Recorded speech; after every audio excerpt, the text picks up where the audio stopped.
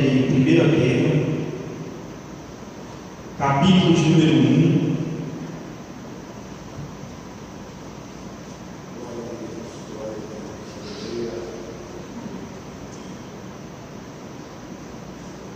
Capítulo de número 1, 1 Pedro, capítulo de número 1. Nós vamos tratar sobre o porquê nós devemos ser santos. Por que nós devemos ser santos?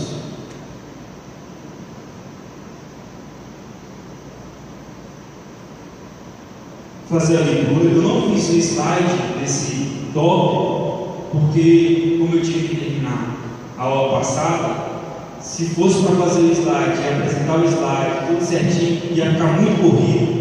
Então, vocês me acompanham, eu vou tentar ser bem devagar, para que todo mundo possa entender, certo? 1 Pedro, capítulo de número 1, versos de número 13 ao 21, serão isso que nós iremos ler.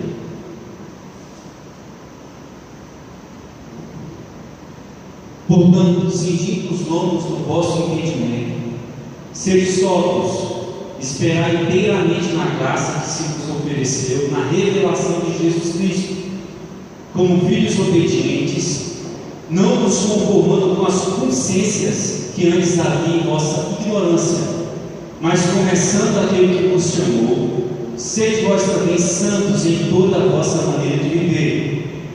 Porquanto está escrito: sede santos, porque eu sou santo. E se invocais por Pai aquele que sem acepção de pessoas julga, segundo a obra de cada um, andai em temor durante o tempo da vossa peregrinação, sabendo que não foi com coisas corruptíveis, como prata ou ouro, que fostes resgatados da vossa vã maneira de viver, que por tradição recebeste dos vossos pais, mas com o precioso sangue de Cristo, como de um cordeiro imaculado e incontaminado, o qual na verdade em outro tempo foi conhecido antes da fundação do mundo, mas manifestado nestes últimos tempos por amor de vós, e por ele creis em Deus, que o ressuscitou dentre os mortos e lhe deu glória, para que a vossa fé e esperança estivessem em Deus. Irmãos, primeiramente, contextualizando a carta que Pedro escreveu, os destinatários desta carta, muitas pessoas antigamente pensavam que seriam judeus, não que não fossem judeus também, mas pelo que o próprio Pedro cita aqui, ele está fazendo menção a regiões que na maioria são habitadas por pessoas que são gentios, ou seja, pessoas que não pertenciam à etnia judaica. O propósito principal dessa carta aqui é fazer com que os cristãos ali que estavam passando por perseguições, sofrimento, tribulação, pudessem ser perseverantes em manter a fé e a obediência à verdade, à palavra de Deus, independente de qualquer situação, independente de serem expropriados seus bens, independente de perderem a vida, independente de qualquer coisa. Pedro estava exortando para que esses cristãos permanecessem obedientes. E um dos requisitos dessa obediência era que esses cristãos fossem santos. Então aqui nós já temos algo muito importante, que o sofrimento não deve impedir nenhum crente de permanecer em santidade. Independente daquilo que nós viemos a passar, por tribulação e problema, a ordem de Deus permanece viva, conclamando e chamando o seu povo para que ele seja santo.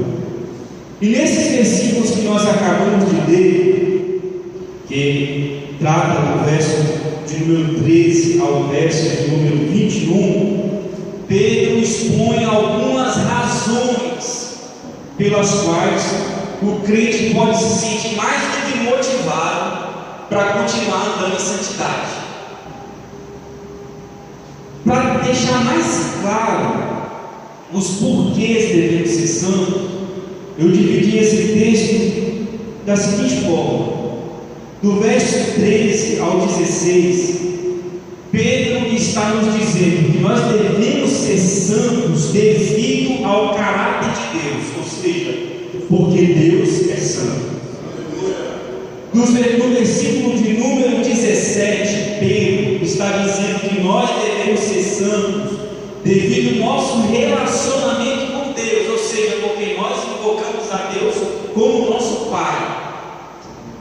E no versículo 18 ao 21, Pedro está nos dando outro motivo pelo qual nós devemos ser santos, que é pelo fato de Deus ter nos amado e enviado o seu Filho como nosso Redentor.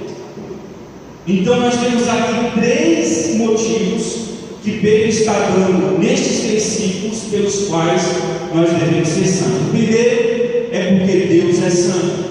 O segundo é porque nós nos relacionamos com Deus como se Ele fosse, de fato, Ele é o nosso Pai. E em terceiro, porque Deus nos ama e enviou o seu Filho Jesus Cristo como nosso Redentor. Então, meus irmãos, nós vamos nos aplicar primeiramente em compreender o que Pedro está querendo dizer com o fato de que Deus é santo dentro desses versículos aqui. No versículo de número 13, Pedro começa dizendo assim: portanto, cingindo os lombos do vosso entendimento, sede sóbrios e esperai inteiramente na graça que se vos ofereceu na revelação de Jesus Cristo. Primeiro, Pedro leva o cristão aqui a meditar naquilo que ele já falou nos versículos de número 3 ao versículo de número 12. Portanto, ou seja, uma conclusão daquilo que ele havia dito anteriormente. Nesses versículos, Pedro está dizendo que, segundo a misericórdia de Deus, nós somos salvos. Como o apóstolo Paulo também disse, que nós somos salvos exclusivamente pela graça. E Pedro fala que essa salvação ela é um processo ativo. O cristão já está salvo em Cristo Jesus, porém a redenção, ou seja, a conclusão da salvação, a conclusão dessa graça, ela vai ser plenamente concretizada no grande dia da redenção. Então Pedro está levando os seus ouvintes a entenderem que há uma expectativa em relação à promessa que ainda vai se cumprir. Por mais que eles estejam salvos em Cristo Jesus, a salvação não está resumida àquele tempo presente. Aqueles cristãos ainda vão tomar posse de um reino futuro, e esse reino, Pedro fala nos primeiros versículos aqui do primeiro capítulo, que é um reino incontaminável, um reino que não se pode murchar, e um reino que permanece para sempre. Então Pedro quer que os irmãos a quem ele destinou essa carta estejam cônscios que a graça que os aguarda é muito grande, que a herança que está reservada para eles é muito gloriosa. E por isso ele exorta aqui no versículo de número 13 para que esses irmãos cinjam os lombos. Pedro está fazendo usando uma linguagem do contexto hebraico. Cingir os lombos é o quê? No contexto, os judeus tinham geralmente um roupão, uma manta que era muito grande, que às vezes servia de cama, servia de casaco, servia para muitas coisas, como por exemplo a capa de Elias. Nós podemos citar que era esse tipo de roupa. Então Pedro aqui está conclamando os cristãos a fazer o quê? A cingir os lombos. No contexto era o quê? As pessoas antigas, quando eles tinham que fazer alguma missão, quando eles tinham que sair em alguma jornada, eles tinham que amarrar essa capa. Eles tinham que amarrar essa capa para que eles pudessem andar de forma mais livre. Então, aplicando isso aqui, Pedro está querendo dizer o seguinte: olha, diante da salvação que se manifestou, diante do abundante exemplo que é dado, que essa salvação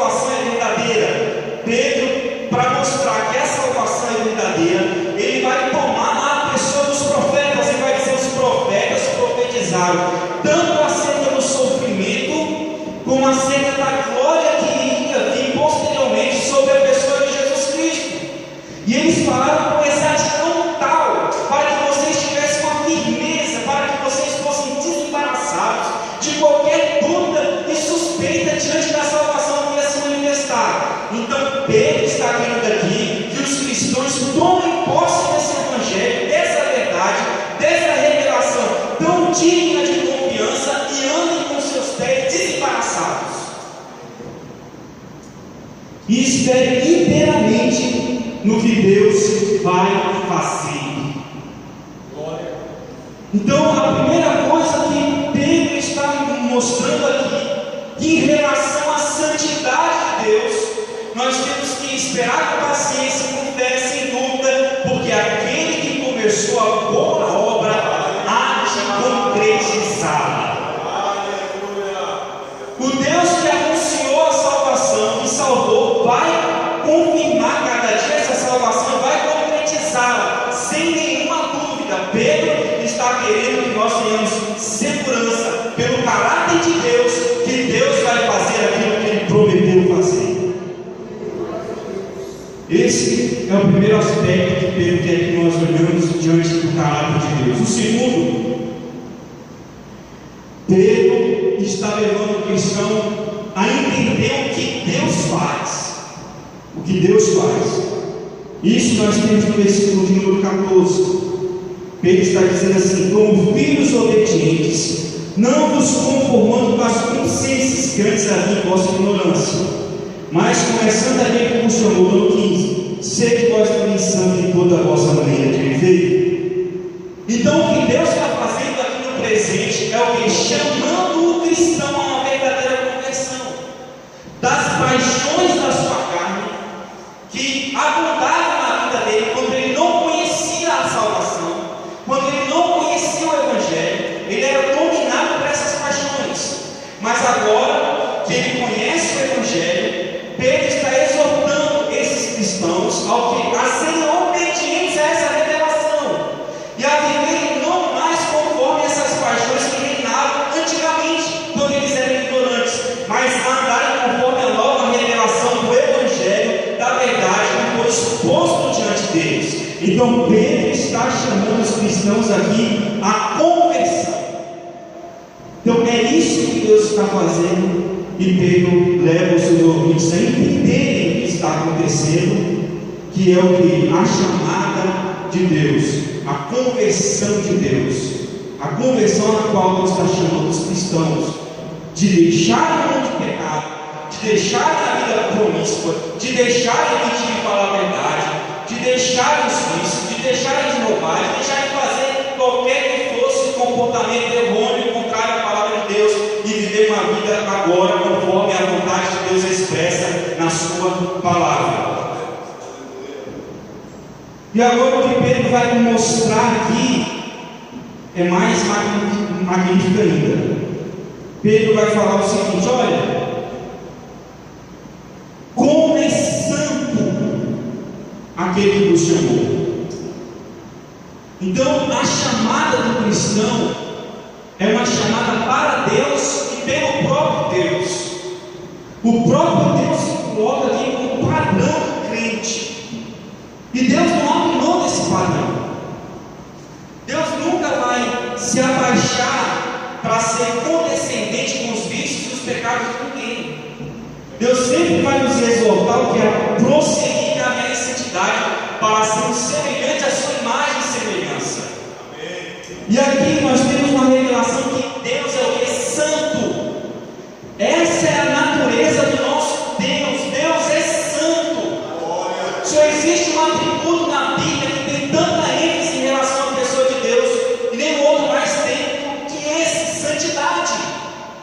Isaías capítulo de número 6, os querubins, aliás, os serafins estão clamando diante do trono de Deus constantemente, porque santo, santo, santo é o Senhor Deus dos exércitos. Todos os atributos de Deus estão ligados à santidade. Se Deus ama, Ele tem um amor santo. Se Deus é justo, a sua justiça é santa. Se Deus é poderoso, o seu poder é santo. Se Deus é verdadeiro, a sua verdade é santa.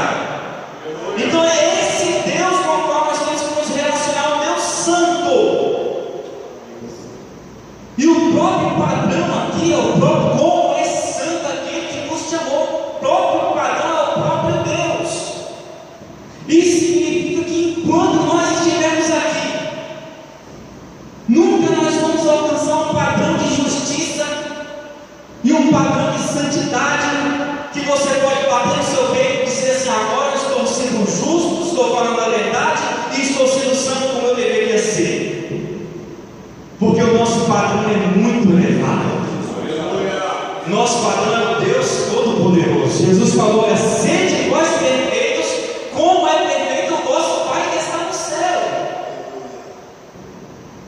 Então não existe, não pode existir a mediocridade na vida do crente em relação ao prosseguimento da sua caminhada com Deus. Nós nunca podemos afrouxar a nossa mão, nós nunca podemos. Por isso que a Bíblia nos exorta continuamente: fortalecei os joelhos vacilantes e os braços fracos, fazei vereda direita com os vossos caminhos tortuosos. Constantemente a Bíblia nos chama. Paulo diz: olha, quanto a mim, eu não julgo ter que alcançar a perfeição. Ou seja, o próprio Paulo, um crente que excede a medida ordinária da graça que já foi derramada sobre todos os outros crentes, o próprio crente, o apóstolo Paulo, diz: eu não alcancei a perfeição. Então uma coisa eu faço, eu esqueço das coisas que estão atrás de mim e prossigo para o brilho da soberana vocação em Deus, em Cristo Jesus. O próprio Paulo, ele prosseguia, ele tinha que avançar, porque o padrão é muito elevado. Glória a Jesus de Nazaré.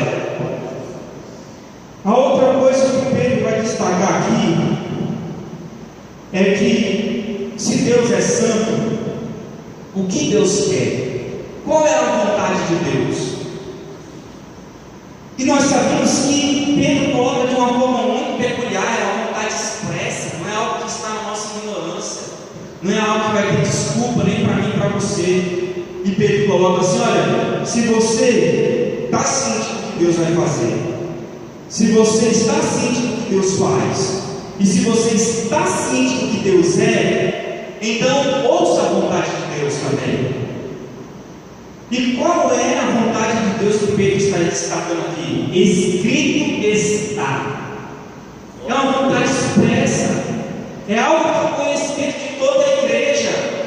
É algo para todos nós, seja pastor, seja mãe, seja filho, seja irmã, seja pai. Todos nós, está escrito assim: sede santos. Aleluia. Porque eu, Senhor, sou o quê? Santo.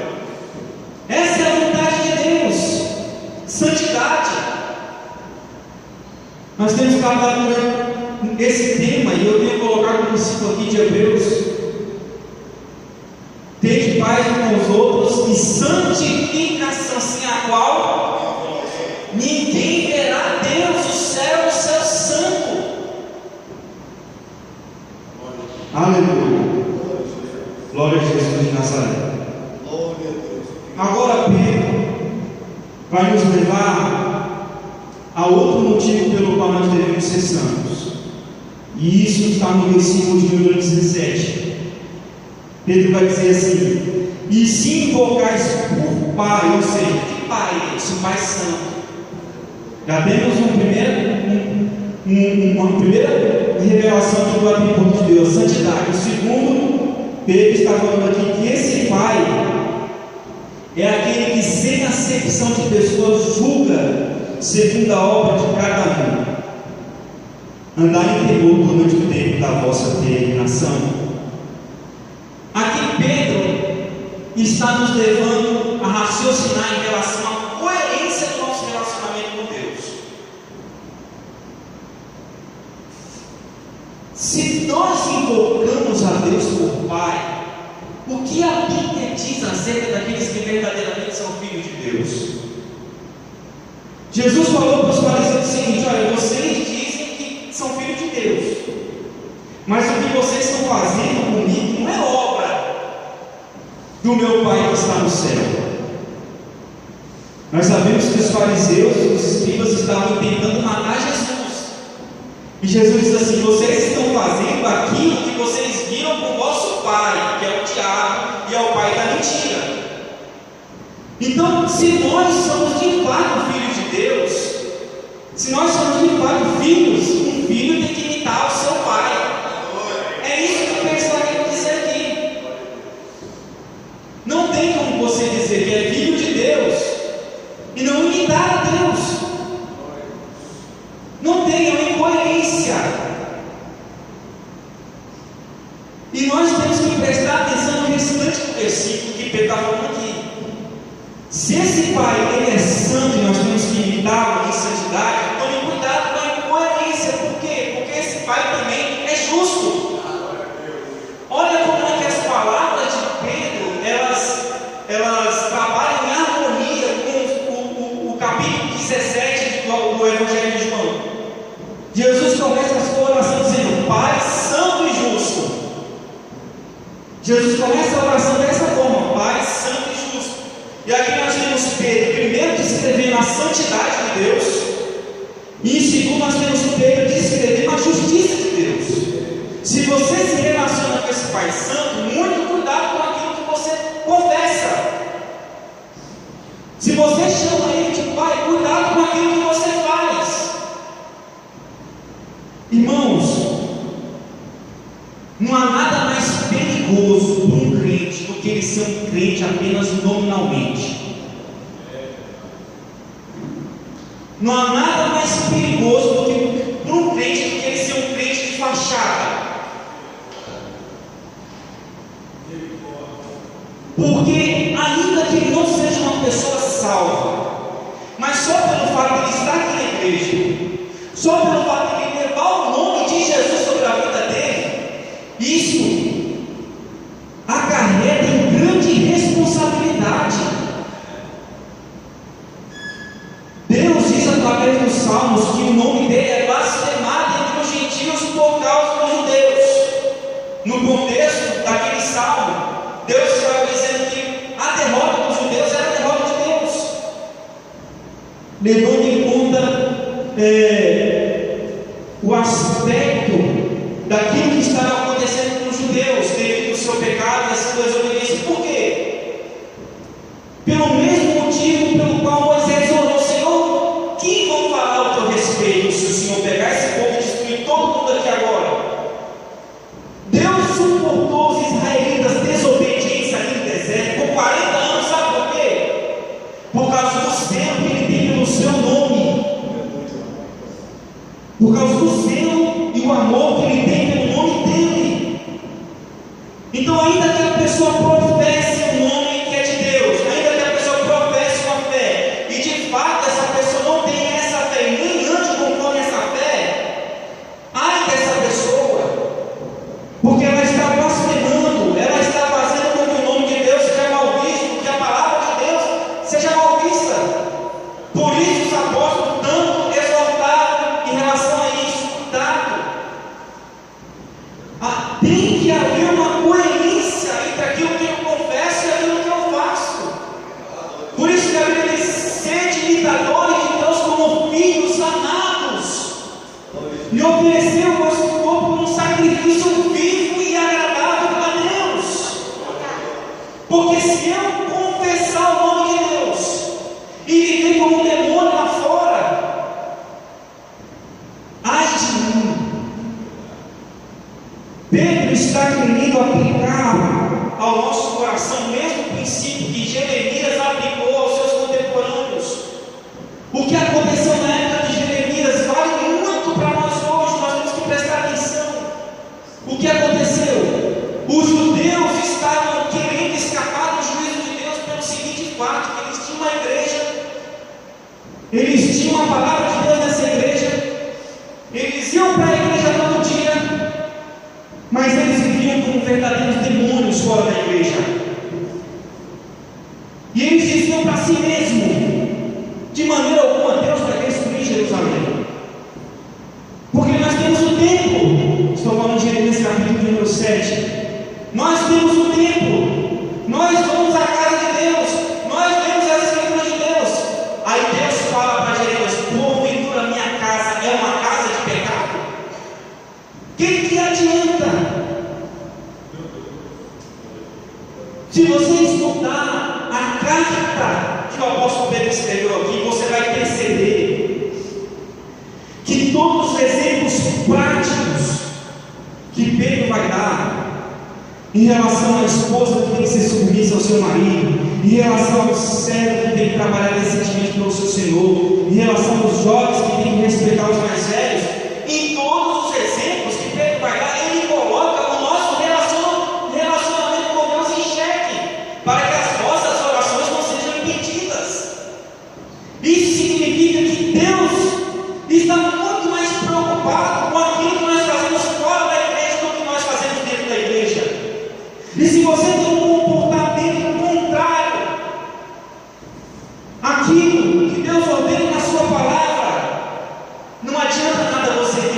ainda após o domingo, não adianta nada você estar aqui. Então, muito cuidado com a incoerência. Aí Pedro vai nos levar a outro tópico nesse texto. Ele vai dizer o seguinte: por que ele está dizendo para você ter cuidado com essa incoerência? Porque você tem um pai, você chama de pai, você deve imitá-lo e você deve temer.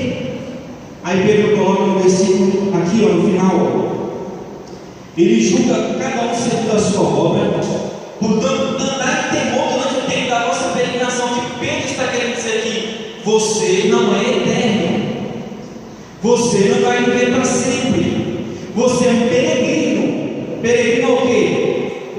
Alguém que só está de passagem.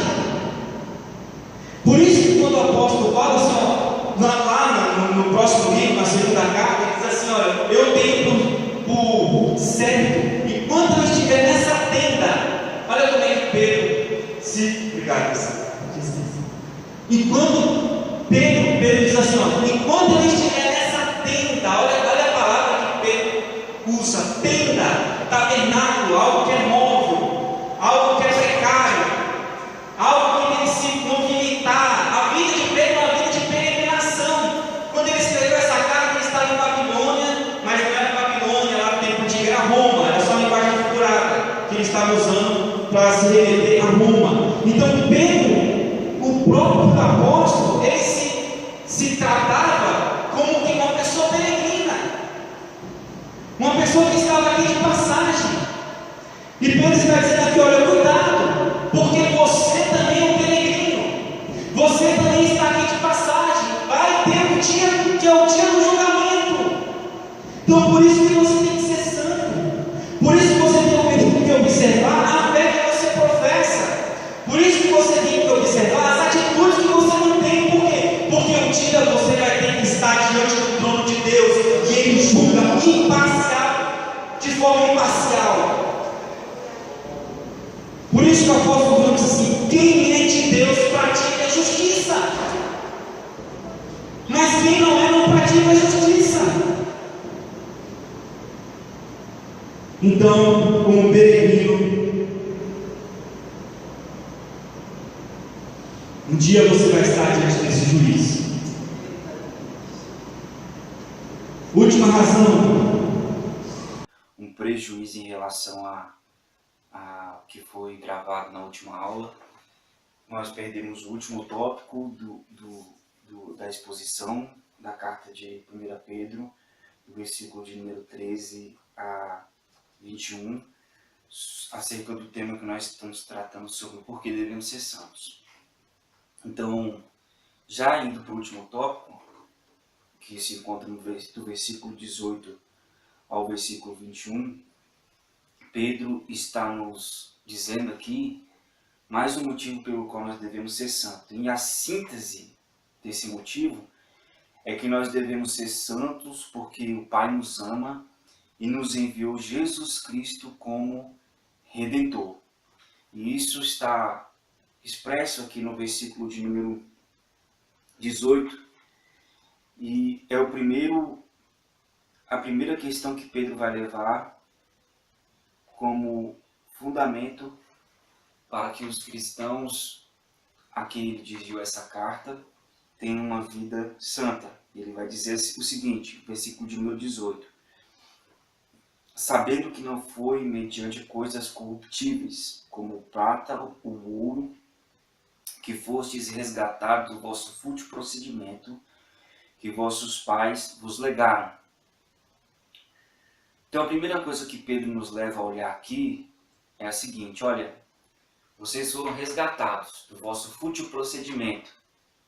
E esse resgate não foi qualquer preço. Não foi com ouro, foi com prata, não foi com coisas corruptíveis. Mas foi com o quê, Pedro?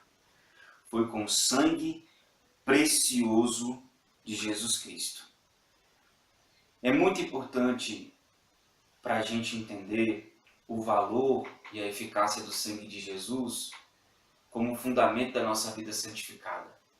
E isso é demonstrado pela palavra que Pedro usa aqui, resgatados do vosso fútil procedimento. Pedro não está falando aqui que nós somos resgatados apenas do poder, aliás, apenas da culpa ou da consequência dos nossos pecados. Mas Pedro está colocando o sangue de Jesus como uma causa bem mais eficaz e ampla do que somente essas coisas. Perceba que Pedro está falando aqui que vocês foram resgatados do vosso fútil procedimento. E é muito interessante a gente prestar atenção no contexto no qual Pedro usa e os apóstolos usam essa palavra resgate. Pois muitos cristãos têm a concepção errônea de pensar que a morte de Jesus, o sangue de Jesus, ele só é suficiente para perdoar os nossos pecados, nos libertar das nossas culpas, nos livrar da condenação, do inferno, da ira de Deus. Mas, muito mais do que isso, o sangue de Jesus não só é suficiente para fazer essas coisas, mas para nos dar uma vida santa aqui nessa terra. Por isso que o apóstolo Pedro coloca aqui, olha, vocês foram comprados com o sangue de Jesus Cristo e resgatados do vosso fútil procedimento que vossos pais nos legaram, a sua vida pregressa. Então, onde o sangue de Jesus e por quem o sangue de Jesus foi derramado, consequentemente essa pessoa não vai viver uma vida de pecado. E não vai ser escravo do pecado. Porque o texto é claro, vocês foram resgatados. O que é um resgate? Um resgate é tirar a pessoa do poder de outra pessoa, libertá-la totalmente daquele poder. Então, por isso que a Bíblia é bem clara quando Paulo diz também, lá em Romanos capítulo de número 6, que o pecado não terá domínio sobre vós, porque vocês não estão debaixo da lei, mas debaixo da graça. Então, aqueles que andam no Espírito, esses não andam segundo a vontade da carne. Aqueles que estão no Espírito têm crucificado a sua carne justamente com as suas concupiscências. Porque o conceito de resgate, como Paulo também traz lá no livro de Colossenses, capítulo de número 1, ele diz assim, olha, Deus vos resgatou. Ele vos libertou. Olha só, o resgate envolve a libertação, lá em Colossenses, Paulo fala isso. Lá em Colossenses, capítulo de número 1, versículo de número 13, se eu não me engano. Ele vos libertou e vos transportou do império das trevas para o reino da maravilhosa luz do Filho do seu amor. Perceba que Paulo usa duas palavras aqui para exemplificar o que significa o resgate. Elas são muito significativas. Paulo diz o seguinte, ele vos libertou, mas ele também vos transportou. Ele não deixou vocês no terreno, no império do diabo. Ele tirou vocês de lá. Ele tirou vocês do império das trevas para o reino da maravilhosa luz do Filho do seu amor. E isso é resgate eficaz. Isso é resgate. Porque se Jesus, por exemplo, tivesse só morrido para sanar o problema da minha culpa em relação ao pecado, o problema da consequência do pecado na minha vida, eu poderia muito bem voltar a viver uma vida de pecado. Eu poderia muito bem voltar a ser escravo novamente do pecado. Mas não, esse resgate ele é eficaz, ele é pleno, ele é completo, ele não só me liberta da consequência, não só me liberta do poder da culpa, não só me liberta da condenação, mas ele me liberta do poder do pecado, ele me libertou e me transportou, ele não deixa eu viver uma vida de pecado. Por quê? Porque o sangue é precioso, não foi com ouro, não foi com prata, mas foi com sangue precioso que vocês foram resgatados. Então, primeiro lugar que Pedro está falando aqui é que nós devemos ter uma vida santa, porque esse sangue precioso foi derramado para nos resgatar do nosso antigo procedimento mal que nós herdamos dos nossos pais. Então, esse é o primeiro motivo. E depois Pedro nos leva para olhar para a pessoa que derramou esse sangue. É como se Pedro estava dizendo, olha, você foi comprado por um preço muito alto. Olha, você foi comprado, foi resgatado por uma pessoa muito sublime e especial.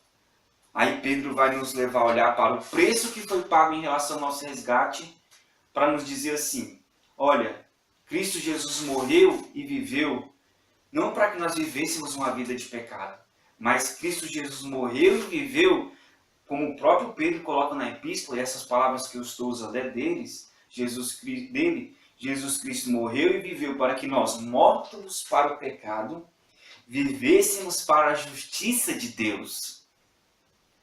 Então, Pedro está falando aqui, olha, esse sangue precioso foi derramado por vocês, mas quem derramou esse sangue precioso por vocês, e por isso que ele é precioso, é o Filho unigênito de Deus. Aí Pedro vai falar duas coisas aqui, ó, no versículo de número 19. Mas pelo sangue precioso, como de cordeiro sem defeito, ou seja, foi o cordeiro perfeito. Foi aquele que não conheceu pecado. Foi aquele sumo sacerdote, como está escrito lá em Hebreus, que foi feito mais sublime que os céus, separado dos pecadores. E tudo foi tentado, mas não conheceu o pecado. Foi essa pessoa perfeita, que é Jesus de Nazaré. Quando eu quero dizer perfeito, eu quero que você entenda uma questão muito fundamental para que nós venhamos a entender a redenção. Jesus não só morreu por mim, como um sacrifício propiciatório para satisfazer a lei de Deus.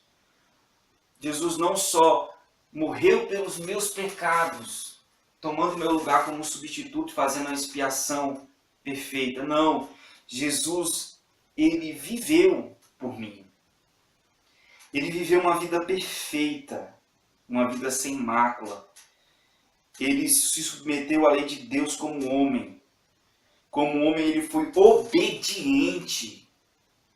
Uma obediência perfeita. Porque Deus só aceita a perfeição. Deus não abaixa o seu padrão.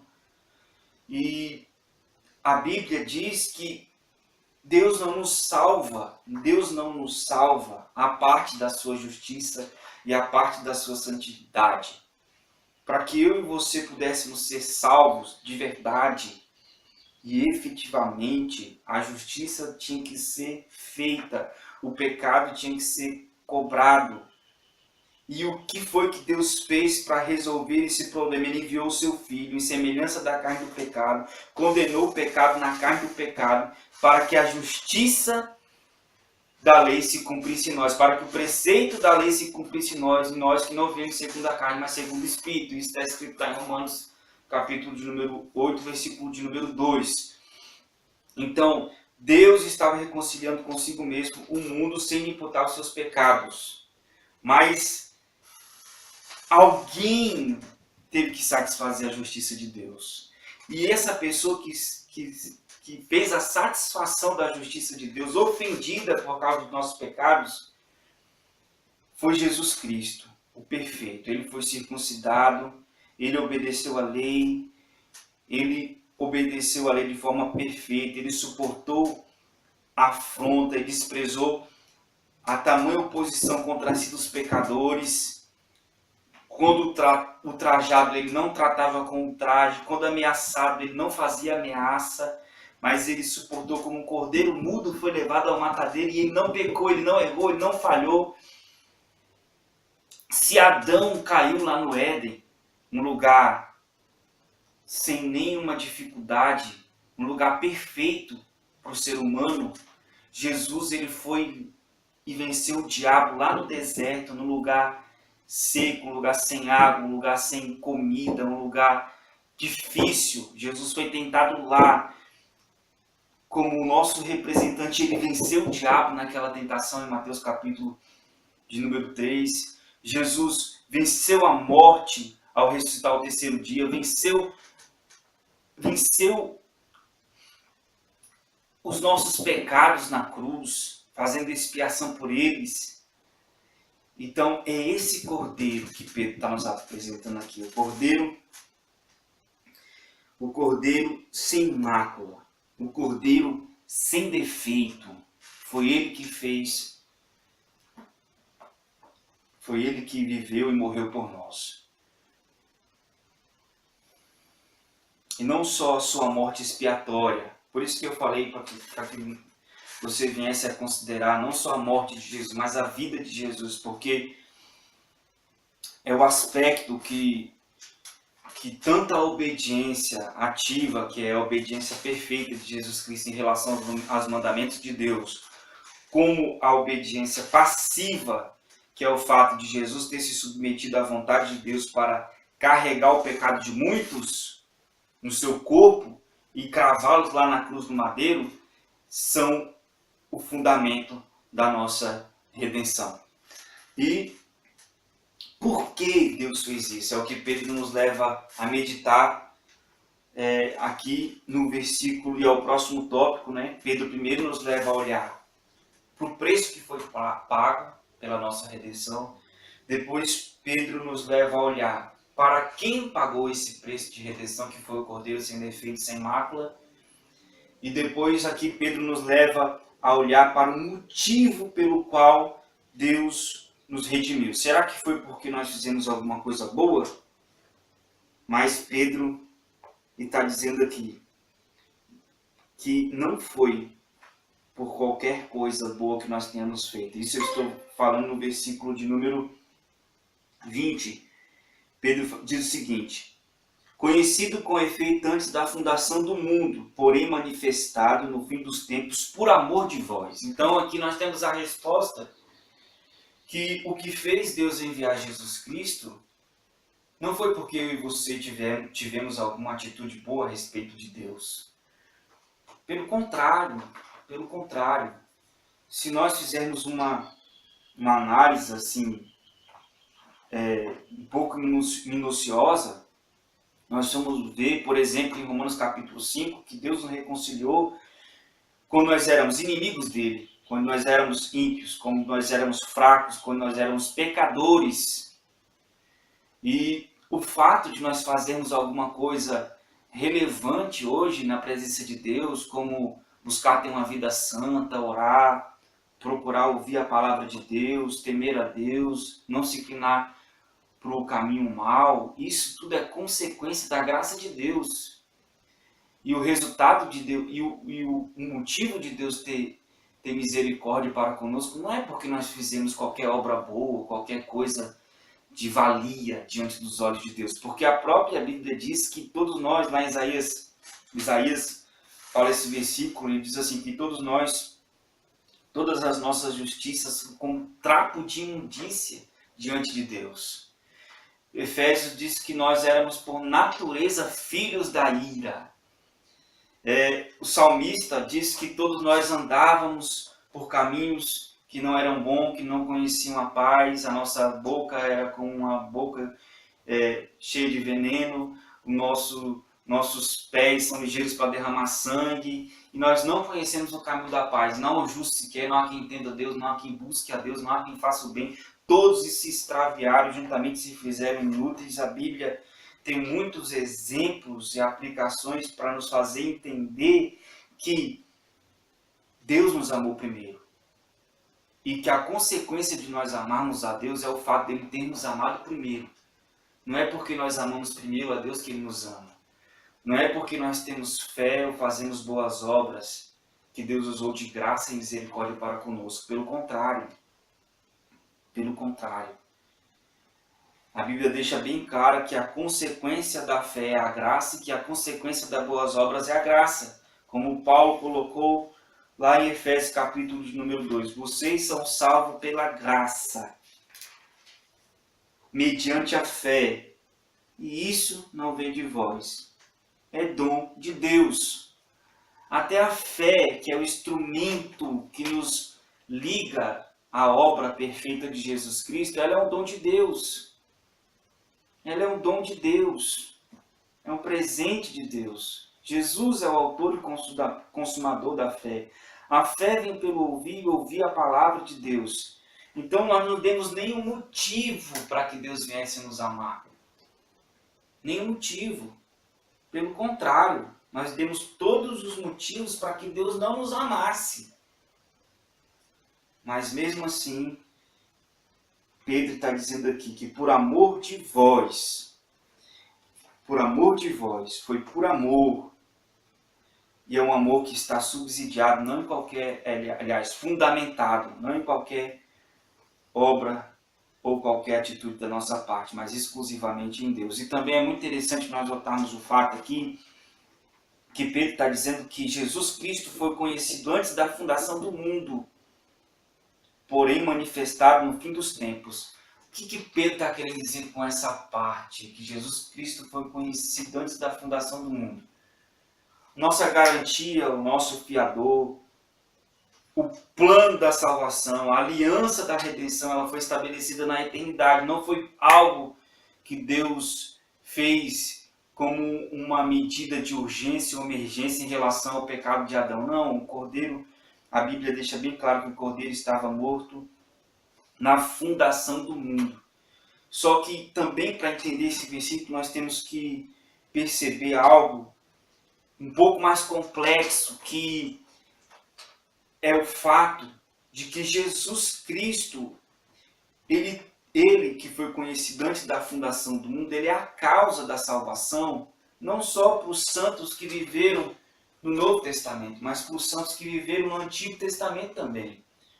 Há algumas pessoas que infelizmente dizem que os antigos, os cristãos do Antigo Testamento, eles eram salvos por meio da sua obediência à lei e por meio dos sacrifícios que eles ofereciam como reparação ao pecado, aqueles instituídos no tabernáculo, no sacerdócio arônico.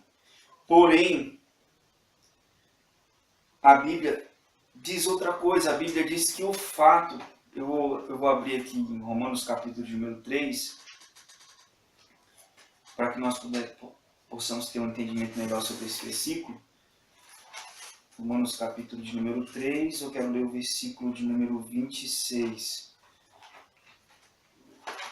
Romanos 3, 26 diz o seguinte, olha: tendo em vista a manifestação da justiça no tempo presente, para ele mesmo ser justo e justificador daquele que tem fé em Jesus. Voltando, eu vou ler o 25, que fica mais fácil. A quem Deus propôs no seu sangue, como propiciação mediante a fé, para manifestar a sua justiça, por ter Deus, na sua tolerância, deixado impune os pecados anteriormente cometidos. O que o apóstolo Paulo está querendo dizer é o seguinte: olha, o que fez Deus ser tolerante, porque a partir do momento que Adão pecou, a sentença de Deus era: no dia que você pecar, morrerá. Mas quando Adão pecou, Deus interveio com a aliança da graça e disse assim: mulher, da tua semente vai sair um que vai pisar a cabeça de Satanás. Então, Deus foi tolerante. E não só com o pecado de Adão, com o pecado de todos os outros santos que viveram depois de Adão. E será que isso foi porque Deus era conveniente com o mal? De maneira alguma. Paulo está nos explicando justamente ao contrário. Olha, Deus, na sua tolerância, deixou impunes os pecados anteriormente cometidos. Por quê? Porque ele tinha em vista a manifestação da sua justiça no tempo presente. Então, o que levou Deus a ser tolerante com os pecados dos santos do Antigo Testamento foi o quê? A manifestação da sua justiça em Jesus Cristo. E foi pelo fato dos antigos santos terem essa visão em relação à justiça de Deus que ia se manifestar, a promessa de Deus que ia ser cumprida, que foi imputada a justiça a eles também, que creram, mesmo não vendo a promessa, mas eles abraçaram a promessa. Eles abraçaram a promessa. Então, tanto os santos do Antigo Testamento como os santos do Novo Testamento, eles se encontram lá em Hebreus, capítulo de número 12, eles estão olhando para Jesus, o autor e consumador da fé. E Jesus e a sua obra perfeita é a causa da salvação, tanto dos antigos crentes como de nós, da atualidade, que vivemos depois de Cristo, que olhamos para trás, para a obra já consumada, para a promessa já cumprida. Então a diferença é que, enquanto os crentes do Antigo Testamento olhavam para a promessa que haveria de se cumprir na plenitude dos tempos, nós, os crentes do Novo Testamento, olhamos para trás, para a promessa que já foi cumprida em Jesus Cristo. É lógico que há uma grande diferença, porque o apóstolo Pedro diz o seguinte, que eles profetizavam coisas a respeito de tempos futuros, que às vezes eles não tinham a capacidade de compreender a dimensão e a plenitude dessas coisas. E nós não, nós já vemos o cumprimento dessa promessa. Nós já vemos o cumprimento dessa promessa. Então a nossa visão em relação ao plano de Deus, a nossa visão em relação à concretização da promessa da salvação que há em Cristo Jesus é bem mais nítida do que os cristãos do Antigo Testamento. Então, por isso que Pedro diz aqui que ele foi manifestado no fim dos tempos por amor de vós. Ele foi conhecido antes, mas manifestado nesses últimos tempos. E o motivo dele ser manifestado nesses últimos tempos é por amor, não por qualquer coisa boa que tenhamos feito. E, para terminar, Pedro vai nos levar a pensar em qual foi o propósito de tudo isso. Aí ele vai falar isso no versículo número 21. Que por meio dele tendes fé em Deus, o qual ressuscitou dentre os mortos e lhe deu glória, de sorte que a vossa fé e esperança estejam em Deus. Então o motivo foi esse, para que a nossa fé e esperança estivesse em Deus e em Deus unicamente. Jesus foi estabelecido como mediador, e a Bíblia diz que, por exemplo, em Efésios, foi do agrado de Deus fazer que em Jesus Cristo convergisse todas as coisas, tanto as que estão no céu como as que estão na terra. Foi do agrado de Deus salvar um povo especial, zeloso de boas obras, e fazer com que esse povo fosse a imagem e semelhança do seu Filho unigênito, para que Jesus fosse o primogênito entre muitos irmãos. Então, esse é o propósito de Deus, fazer com que Jesus seja o mediador, fazer com que essas pessoas que são tragas a Deus por meio de Jesus, exclusivamente por Ele, sejam conforme Ele, Jesus Cristo. E assim o Deus Pai glorifica o Deus Filho, e o Deus Filho glorifica o Deus Pai. E essas pessoas são uma oferta de Deus Filho ao Deus Pai, uma oferta de Deus Pai ao Deus Filho.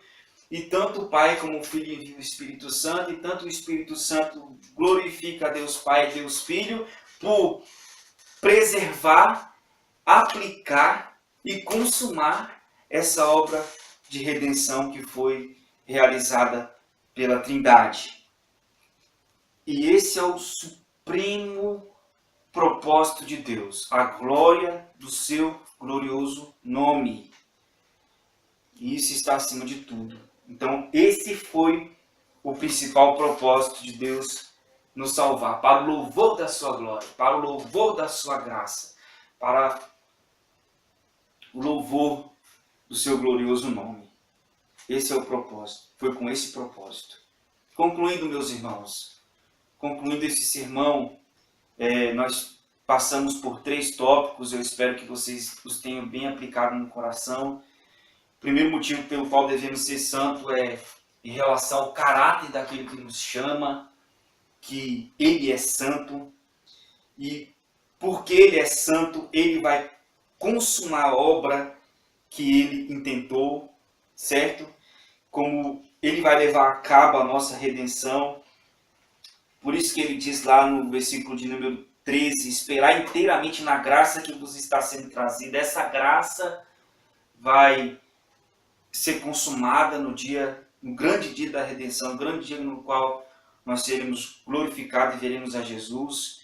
E o que Deus faz, Ele nos chama ao verdadeiro arrependimento, à conversão das antigas práticas, das paixões da nossa carne para a santidade. E Ele faz isso porque Ele nos chama para um relacionamento estreito com Ele, no qual Ele é o próprio padrão desse relacionamento, Deus Santo. A vontade dEle é que nós sejamos santos em toda a nossa maneira de viver. E também nós devemos ser santos pelo modo pelo qual nós nos relacionamos com Deus. Nós o chamamos de Pai, certo? E o pai tem que imitar o seu filho, por isso nós não devemos ser incoerentes. Nós não devemos confessar o nome de Deus e viver de forma alienada de Deus, como se Deus não existisse. Nós temos que entender aquilo que o apóstolo João falou: olha, aquele que faz a vontade de Deus permanece para sempre. Mas é o que faz a vontade de Deus. Aquele que ama o mundo, o amor do Pai não está nele. A vontade do mundo passa, mas aquele que faz a vontade de Deus permanece para sempre. Nós devemos temer, porque esse Deus que é santo e justo, ele julga segundo as obras de cada um, para com ele não há acepção de pessoas. E um dia, como nós somos peregrinos aqui nessa terra, nós estaremos diante do tribunal dele. E a última razão que Pedro nos leva a entender o motivo pelo qual nós devemos santos é porque o Pai nos ama e nos enviou Jesus Cristo como Redentor. E esse resgate foi pago com um alto preço, preço de sangue, não foi com ouro, com prata. Quem pagou esse preço foi o Filho unigênito, Cordeiro sem mácula e sem mancha. E o motivo pelo qual Jesus veio é exclusivamente por causa do amor de Deus e não por qualquer coisa que nós tenhamos feito. O propósito foi para que Deus fosse glorificado em tudo e em todos. E Deus abençoe a vocês, meus irmãos.